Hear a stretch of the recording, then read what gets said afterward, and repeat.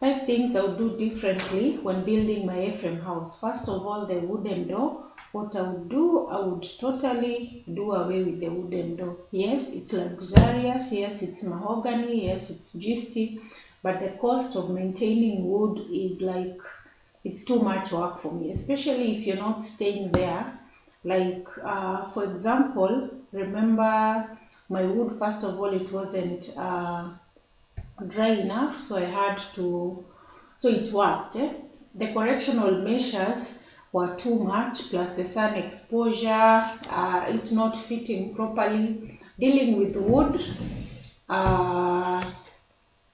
for me, it's not worth the hassle. Actually, it is, because I love the door, but maintaining a wooden door and dealing with the aftermath, and then especially if you have fluctuating weather, the exposure to sunlight, it's just too much work. I would go with steel doors, okay, or aluminum doors. Trust you me, I'm not into it, but that's what I would do.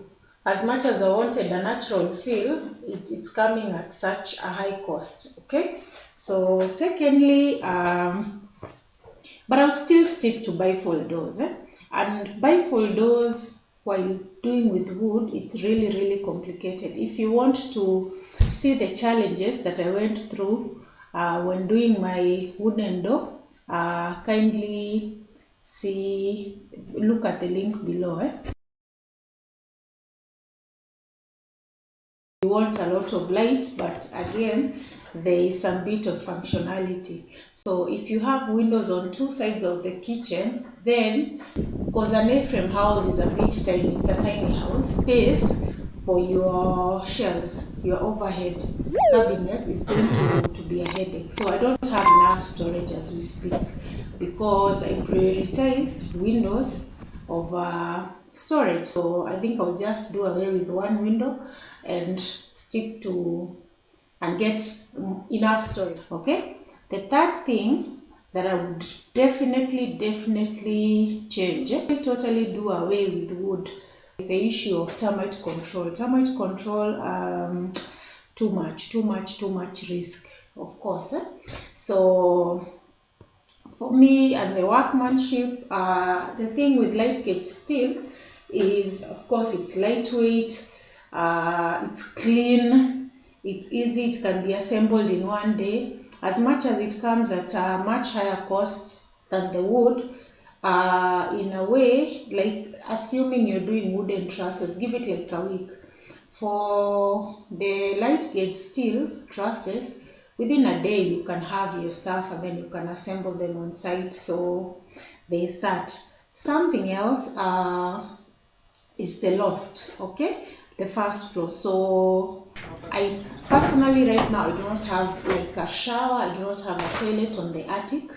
That is the loft, or the first floor if you want to call it. And guys, it's really hectic, because as much as it's comfortable sleeping in the loft, like, of course the comfort will mean like you want to wake up at night, you'd like to just lounge over there, not necessarily come down. So if you do not have a shower, it's a bit of a problem, but it's something I definitely know I will add. In fact, a shower and a toilet is actually more important than the actual views. Guys, don't kill me, I know, but sometimes if you're given the 2 options, like the 2 normally, but anyway, let me just stick to the loft, the first floor. I would add a shower and a toilet, okay?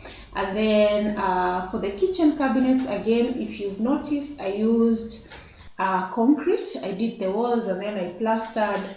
I wouldn't do that right now. Just have MDF or have particle boards.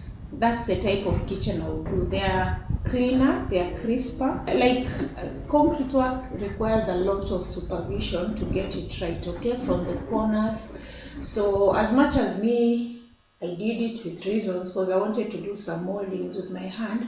But if I was doing it, I would totally avoid concrete cabinets, okay? I'll just go with it's cleaner, it's crisper, and then you have more space to work with. Because you see, sasa, the walls, if you're doing with Mare, the walls themselves, it's around 100 to 200. That's a big space. Remember, you don't have a lot of space in life. said, we're maximizing storage, we're prioritizing storage over almost over a lot of things. So yes, that's what I'm doing. Okay, so guys,